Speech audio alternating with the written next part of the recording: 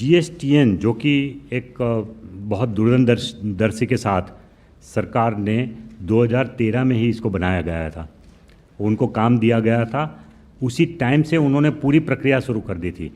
और in fact manage service provider select करने का काम भी कॉन्स्टिट्यूशनल अमेंडमेंट बिल पास करने से पहले ही हो गया था। Infosys is the manage service provider, तो उनको कॉम्पिटिटिव प्रोसेस के द्वारा उनका टर्म्स ऑफ रेफरेंस डिसाइड करना कि क्या सॉफ्टवेयर बनाने का काम देना है उनको, उनकी क्या जिम्मेवारी रहेगी, वो पूरा डिसाइड करना और वो कॉन्ट्रैक्ट देने का पूरा काम even constitution amendment bill pass होने से पहले ही हो गया था। इसीलिए अब आज हम तैयार हैं जीएसटी आईटी सिस्टम के साथ भी, और पूरा काम जो है फ्रंट एंड पे वो करेंगे, पर्टिकुलरली रजिस्ट्रेशन वो सब फ्रंट एंड पे होगा जीएसटीएन पोर्टल के, filing of return, making of tax payment, ये सब काम जो है वो जीएसटीएन पोर्टल पे होगा। और उसके बाद कुछ काम ऐसा है जो कि बैक एंड में स्टेट और सेंट्रल गवर्नमेंट को करना है, प्रोसेसिंग, तो वो काम के लिए भी 25 स्टेट ने ये काम जीएसटीएन को दिया है। सो सबका फ्रंट एंड का काम जीएसटीएन कर रही है और 25 स्टेट का बैक एंड का काम भी जीएसटीएन कर रही है। देखिए, you start with the tax payer. Do you see the word tax payer in this graph? I will just explain the return procedure, है ना। बहुत सारे लोग ऐसा कह रहे हैं कि जीएसटी में साल में 37 रिटर्न फाइल करने होंगे। अब मैं ये आपको समझाना चाहता हूँ कि 37 रिटर्न है ही नहीं, वो गलत बात है। कैसे? आप ज़रा देखिए इसको, प्रक्रिया को। सबसे पहले जो है 1 महीना पूरा होगा तो आप जीएसटीएन जो है उसके पोर्टल पे जाएंगे। मान लो जुलाई 1 to 31 जुलाई, सब 1 अगस्त के बाद आप जीएसटीएन पोर्टल पे जाएंगे और फिर आप जो है वो उसमें सप्लायर में जीएसटीएन के नीचे सप्लायर वर्ड लिखा है ना, यू आर ए सप्लायर, तो हर आदमी को अपने सेल्स के इनवॉइस की डिटेल डालनी है। हर आदमी को अपने परचेस की नहीं डालनी है, सिर्फ सेल्स के इनवॉइस की डिटेल डालनी है। तो आप अपनी इनवॉइस वाइज डिटेल उस फॉर्मेट में डालनी है आपको रिटर्न में। लेकिन मैंने जैसे आपको समझाया कि बहुत सारे बड़े बड़े फर्म जो है वो तो अपनी अपनी अकाउंटिंग सिस्टम ही ऐसी बना लेंगे टेलर मेड, कि जो कि जीएसटीएन में सीधा ही जुड़ जाएगा, क्योंकि उनके तो lakhs and lakhs of vouchers will be there. जैसे हिंदुस्तान लीवर जैसी कंपनी, उनके तो lakhs and lakhs of vouchers होंगे, तो उनके तो सब अपनी अकाउंटिंग सिस्टम ऐसे ही बनेगी, वो अपने अकाउंटिंग सिस्टम में वो ऐसे चेंज करेंगे कि जो जीएसटीएन का रिटर्न में तुरंत परिवर्तन हो जाए। लेकिन छोटे व्यापारी भी, हम जो एक ऑफलाइन टूल दे रहे हैं, एक्सेल वर्कशीट, जावा बेस भी एक ऑफलाइन टूल देंगे, तो वो जावा बेस एंड एक्सेल टूल में अगर आप अपना हिसाब रखेंगे 1 तारीख से ही, 1 जुलाई से जितने आप ट्रांजैक्शन कर रहे हैं, वो इनवॉइस वाइज डिटेल अगर आप उसमें डाल रहे हैं, तो फिर वो भी टूल जीएसटीएन के साथ कॉम्पेटेबल है। तो वो 1 ऑफ द मंथ वो सीधा ही आपके सब ट्रांजैक्शन अपलोड हो जाएंगे ऑटोमेटिकली, एक्सेल सीट में से सीधा रिटर्न में परिवर्तन हो जाएगा। सो उसमें कोई बड़ी बात नहीं है, सिर्फ यही एक मेन रिटर्न है जो कि आपको फाइल करना है। सेल्स इनवॉइस की सब डिटेल देनी है व्यापारियों को, हर सप्लायर को। ओके, अब मैं अगर सप्लायर हूं तो मुझसे खरीदने वाला जो है वो परचेजर बन गया, ठीक है। तो मैंने अगर उसके बारे में पूरी डिटेल लिखी है कि भाई मैंने ये माल नरोना साहब को दिया है, इनका जीएसटीआईएन नंबर ये है, तो उनके पोर्टल पे जो है मैंने सप्लाई किया, राइट, तो उन्होंने मुझसे परचेज़ किया, तो मैंने डिटेल डाल दी, तो उनकी परचेज लिस्ट में ऑटोमेटिक ऑटो पॉपुलेट हो जाएगा। तो 15 तारीख तक आपको ये देना है, 10 तारीख तक आपको ये सेल्स का डिटेल देना है। 10 तारीख जैसे ही ख़त्म होगी मिडनाइट के बाद, हर व्यापारी को अपने अपने पोर्टल पे उनकी परचेज की डिटेल ऑटोमेटिक दिखेगी, ऑटो पॉपुलेट हो जाएगा। You understand what I am saying? कि सबको अपनी सेल्स की डिटेल डालनी है, परचेज की डिटेल ऑटोमेटिक आ जाएगी,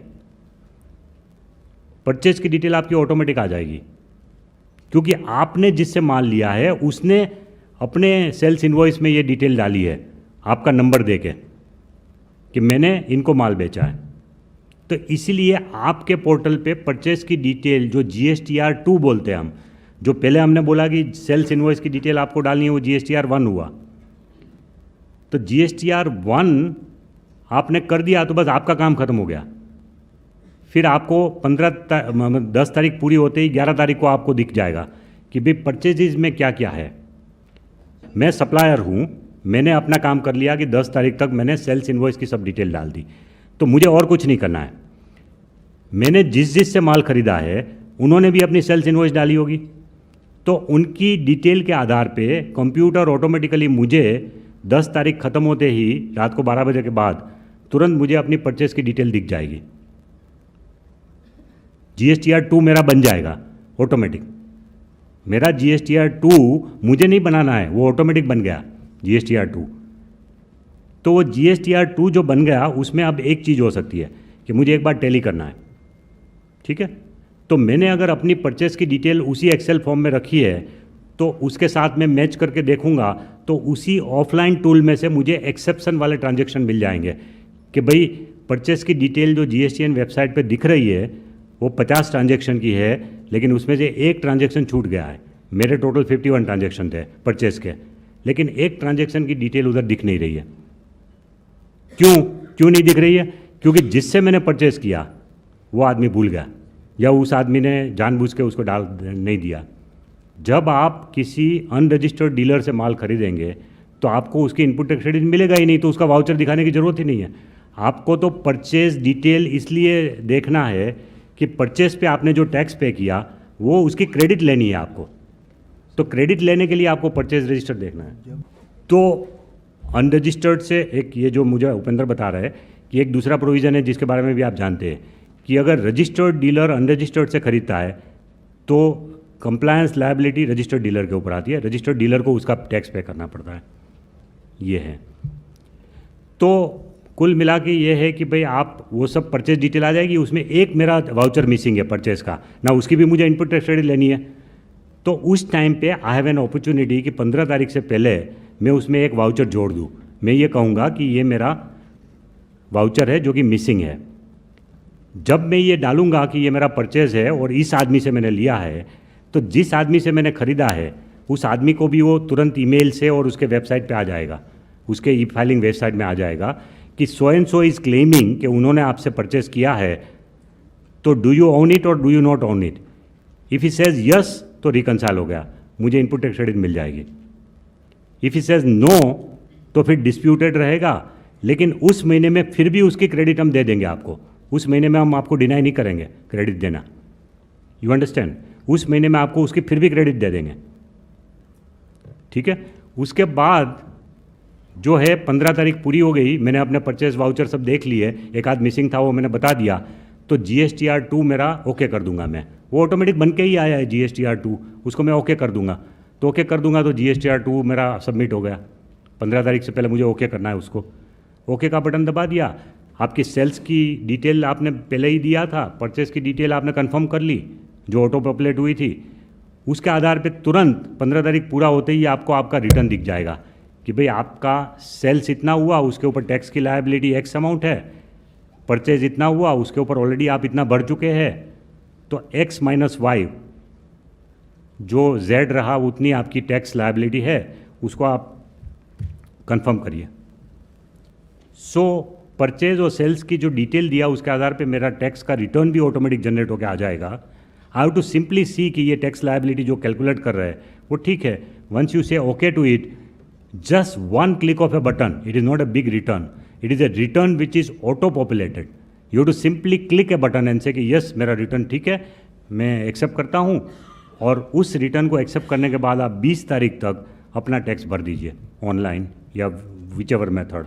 20 तारीख तक आपको टैक्स भरना है, और आपके अकाउंट में आपका एक पर्सनल लेजर अकाउंट होगा ई फाइलिंग वेबसाइट पे, जिसमें आपको क्रेडिट दिखेगी कि मेरा इनपुट टैक्स क्रेडिट में कितना पैसा पड़ा है जो कि मेरी क्रेडिट है, और कैश या चेक या NEFT से मैंने ट्रांसफ़र किया वो कितना पैसा पड़ा है अभी बैलेंस।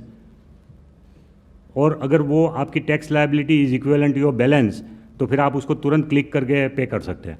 और अगर बैलेंस कम है आपके पर्सनल लेजर अकाउंट में तो थोड़ा पैसा क्रेडिट डाल दीजिए उसमें अपने अकाउंट में, और उतना पैसा क्रेडिट करके फिर आप, और बाकी बैलेंस अगर बचेगा तो भी वो आपको नेक्स्ट महीने काम आ जाएगा, उसमें कोई दिक्कत नहीं है। एक्स्ट्रा भी अगर आपका हो गया तो वो नेक्स्ट महीने काम में आ जाएगा। तो इस तरह का एक पूरा सिस्टम है।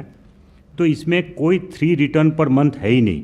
लोग ये गिन रहे हैं कि 12 महीना 3 रिटर्न पर मंथ, तो 36 वो हो गए और प्लस एक एनुअल रिटर्न देना है, तो इस तरह से 37 गिन रहे हैं। 37 है ही नहीं, वर्चुअली देर इज़ 1 रिटर्न, और वो भी रिटर्न कैसा है कि अगर आप अपना अकाउंटिंग उसी फॉर्मेट में करो एक्सेल सीट में, तो फिर आपको कोई अलग से रिटर्न फाइल करना ही नहीं है, उसी को आपको सबमिट करना है। पूरे अकाउंट्स की डिटेल जो है आपकी, इनवॉइस वाइज डिटेल जो है वो, कि मैंने किसको बेचा, उसका GSTIN नंबर क्या है अगर है तो। और अगर आप B2C ट्रांजेक्शन कर रहा है, most of the traders will be doing B2C only, तो B2C वाले को भी even if is more than 20 lakhs, even if is more than 50 lakhs, मैंने आपको बोला ना कि 50 लाख वाले को तो कंपोजिट स्कीम में सिर्फ टर्नओवर दिखाना है टोटल, बट अगर आपका 5 करोड़ का भी B2C ट्रांजेक्शन है, सिर्फ B2B एक भी नहीं है, तो फिर आपको टोटल टर्नओवर ही देना है, उसमें भी आपको इनवॉइस वाइज डिटेल नहीं देनी है। सो डोंट थिंक कि किराना वाले को जो 5 करोड़ का टर्नओवर साल का कर रहा है, उसको हर एक आदमी को अपना वाउचर की डिटेल देनी है। No way, it is only suppose to be total turnover B2C transaction में। बट B2B में हमको इनवॉइस वाइज डिटेल इसलिए चाहिए कि हम इनवॉइस वाइज मैचिंग करके ही आपको इनपुट टैक्स क्रेडिट देने वाले हैं। अगर आपको इनपुट टैक्स क्रेडिट चाहिए तो फिर हमको इनवॉइस वाइज डिटेल भी चाहिए, ये मैचिंग करना बड़ा ही ज़रूरी है। और मैचिंग में हम, जैसे मैंने आपको बताया कि अगर आप कह रहे हैं कि आपने उनसे माल ख़रीदा लेकिन वो ओन अप नहीं कर रहा है, तो भी हम उस महीने में आपको लायबिलिटी में नहीं गिनेंगे, आपको इनपुट टैक्स क्रेडिट दे देंगे, लेकिन आपको 1 महीना मिलेगा सॉर्ट आउट करने के लिए उनके साथ, जो जिसने आपके साथ गद्दारी किया, उसने आपका टैक्स पे नहीं किया, उसके साथ 1 महीना मिलेगा सॉर्ट आउट करने के लिए। उस 1 महीने में अगर नहीं हुआ तो फिर आपका अकाउंट रिवर्स हो जाएगा, आपके डेबिट साइड में आ जाएगा। आपका जो लेजर बैलेंस है, जो उसमें इनपुट टैक्स क्रेडिट आपने अवेल किया था, वो डेबिट में आ जाएगा, इनपुट टैक्स क्रेडिट डेबिट हो जाएगा उतना अमाउंट का, उस वाउचर का।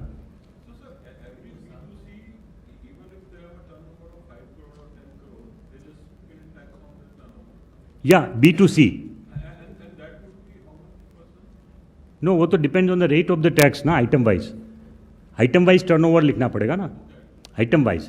जैसे मैं एक टीवी डीलर हूँ, मैं टीवी भी बेच रहा हूँ, एयर कंडीशनर भी बेच रहा हूँ, तो मुझे तो B2C अगर ट्रांजैक्शन कराऊँ तो मुझे इनवॉइस वाइज डिटेल देने की जरूरत नहीं, बट मेरा टोटल AC में टर्नओवर कितना इंटू 28%, फलाना में कितना इंटू 100%, सो तो HSN कोड वाइज उसको टर्नओवर देना पड़ेगा, HSN कोड वाइज। नहीं, क्रेडिट तो मिल जाएगा उसको, क्रेडिट मिल जाएगा, क्योंकि जिससे उसने सप्लाई किया है उसने अपना अपलोड किया ना, जिसने उसे खरीदा है होलसेलर से। Okay, I am a retailer, मैंने होलसेलर से खरीदा, तो होलसेलर जब उस ट्रांजैक्शन को ऑन अप करता है, मैंने उससे जो ट्रांजैक्शन किया।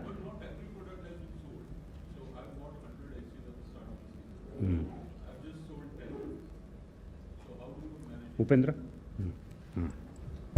जब आपने खरीदा तो आपने सपोज मेरे से खरीदा था, तो आपने GSTR 1 सबमिट किया, मैंने GSTR 1 सबमिट किया, वो आपके GSTR 2 में ऑटो पॉपुलेट हो गया और 100 AC का क्रेडिट आपको मिल जाएगा।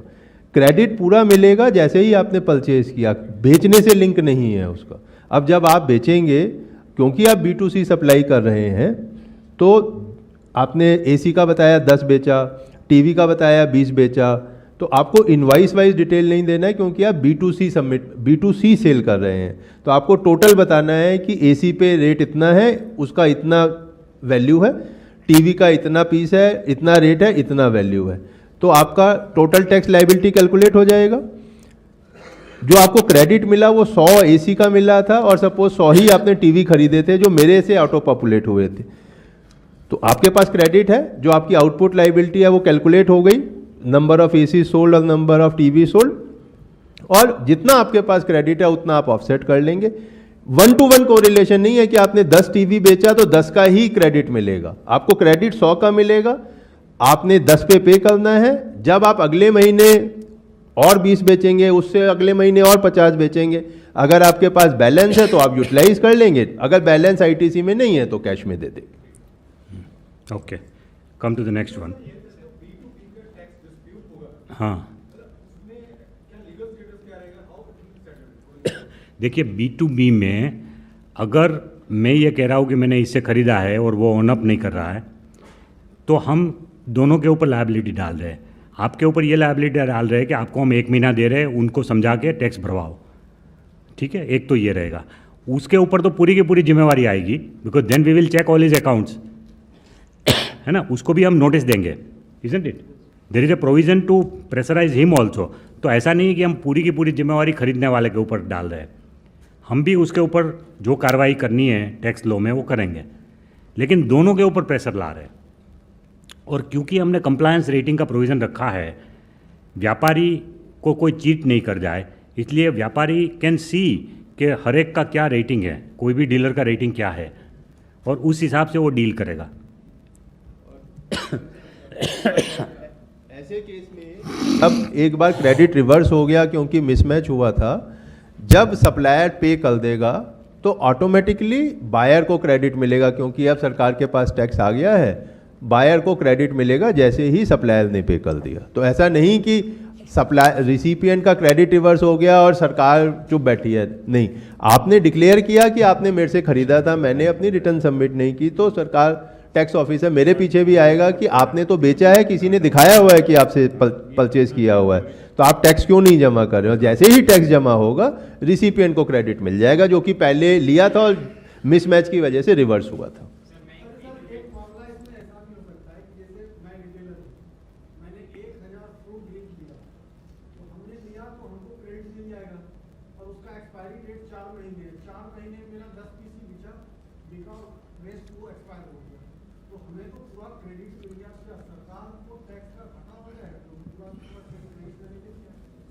अगर आप उसको सेल नहीं कर पाएंगे, जब तक आपके पास स्टॉक में रहेगा तब तक तो ठीक है, लेकिन अगर आपने उसको डिस्ट्रॉय किया कि अब तो मैं बेच ही नहीं सकता, या आपने जिससे खरीदा था उसको वापस करेंगे, क्योंकि एक्सपायरी तो मैन्युफैक्चरर के एंड पे जाता है, तो उस केस में आप क्रेडिट रिवर्स करके मैन्युफैक्चरर को दे देंगे और मैन्युफैक्चरर को फिर घाटा होगा, क्योंकि जो है एक्सपायर्ड प्रोडक्ट हो गया। ओके, सरकार को तो मिलेगा टैक्स, क्योंकि नहीं, हम उसको रिफंड नहीं दे रहे हैं, हम रिफंड नहीं दे रहे उसको, हम उसकी इनपुट टैक्स क्रेडिट को बैलेंस में रख रहे हैं।